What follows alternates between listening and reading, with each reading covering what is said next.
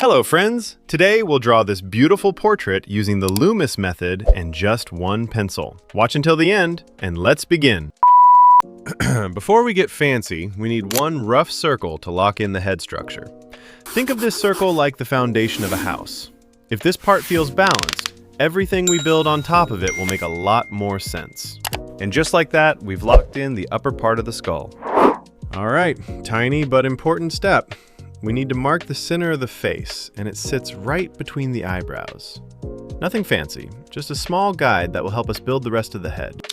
From this point, pull a brow line across the face. That line shows where the eyebrows sit, and it points us toward the top of the ear. Then drop a center line through the same point.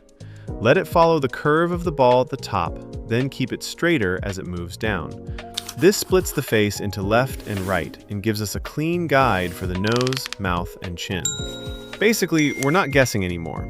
We're building a simple blueprint for the face. Quick pause before we keep going. What you're seeing here works, but it's only part of the full system. My full Loomis course takes you from a blank page to a finished portrait. Every angle, every plane, the whole thing. Right now it's 25% off. Just tap the product on your screen. Now, back to the pencil. The circle is in place, but here's something important. In the Loomis method, the ball doesn't stay perfectly round. We slice off the side to show the side plane of the skull.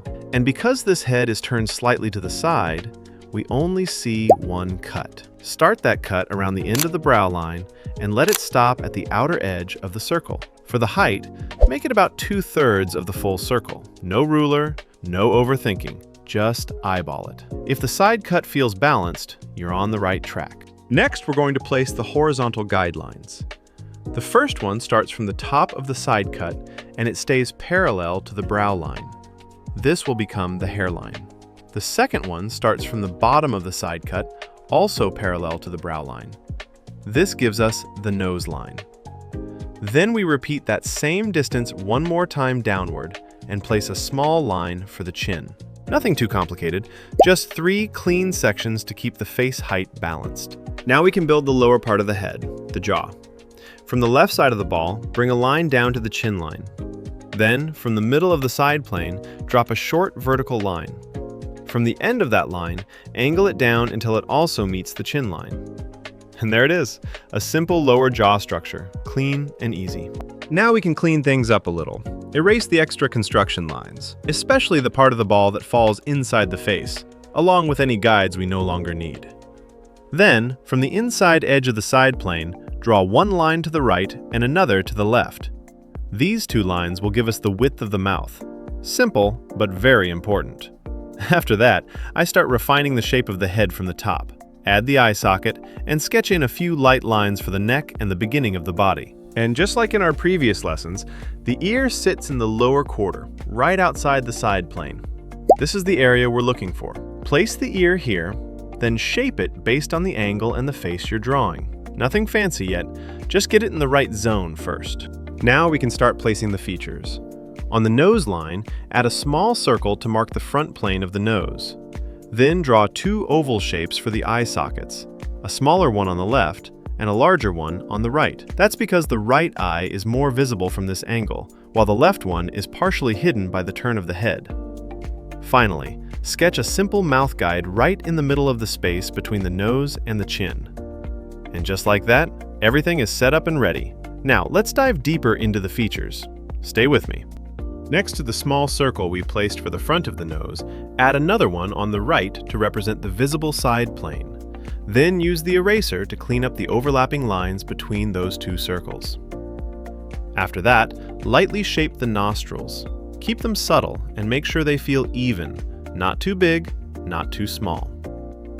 Now draw the bridge of the nose, connecting it up toward the brow, and try to match the same tilt and curve you see in the reference. Once the nose is in place, move up to the eyebrows. Connect the left eyebrow to the nose, just like this, and give it the same curve we see in the reference image. Then draw the right eyebrow, which is fully visible from this angle. And because eyebrows are made of many tiny hairs, I'm using just the tip of the pencil here to keep the strokes thin and natural. And with that, the nose and eyebrows are in place. And like we always do in our lessons, here's how to avoid the classic mouth mistake. Draw those two small guidelines that connect the nose to the mouth. They help define the correct space between the nose and the mouth, so the lips don't end up floating too high or dropping too low. Once that's in place, start shaping the upper lip. Try to follow the same curves as closely as you can, because those curves are what give the face its expression. Add a few light curved shadows, then move straight to the lower lip. And just like before, keep those curves under control so the lips feel natural and believable. Now I erase the side contour we drew earlier during the construction stage. At this point, I'm going to reshape that edge and match the curves I see in the reference. These curves are really important because they define the character of the face. They can make the face feel fuller, slimmer, softer, or sharper, so don't rush this part. Try to place each curve carefully, connect it smoothly to the chin line, and keep refining it until the face shape feels right. After that, I add some light shading using the same hatching style you've seen in my previous lessons. I place it around the edges, under the chin, and a little bit on the neck. This helps separate the light from the shadow and makes the face feel more three-dimensional. Now let's move on to the hair. This girl has a pretty soft, simple hairstyle, so we don't need a million strands or crazy detail. I always start with the hairline, especially that front section sitting on the forehead. That part is important because it controls the space between the eyebrows and the hair, which makes the forehead feel longer or shorter. From there, I block in the outer shape of the hair, from the top, the outside, and the inner edge, just enough to contain the volume. The goal is to keep that shape balanced so the head doesn't suddenly look too big, or like the hair gave up halfway through. Then I add a few simple strands to make the hair feel more visible and alive, but I'm not drawing it hair by hair. I also add a little hatching in some areas to create soft shadows and depth. Hair is not really hard. It becomes much easier when you treat it like a mass, not like 1,000 separate hairs. Now let's jump straight into the eyes, my friends.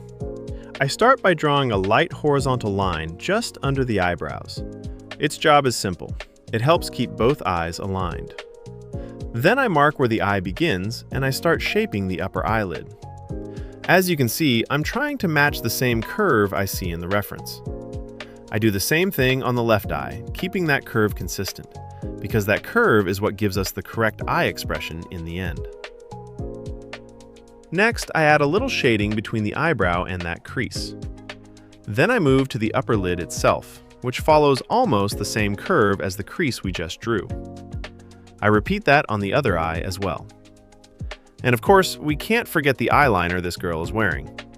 After that, I draw the lower lid, making sure the eye doesn't end up too wide or too narrow. Same idea on both eyes. Under the eyes, I add just a touch of soft shading. Then I shape the eyelashes carefully, not too much, not too dramatic. And finally, I draw the iris.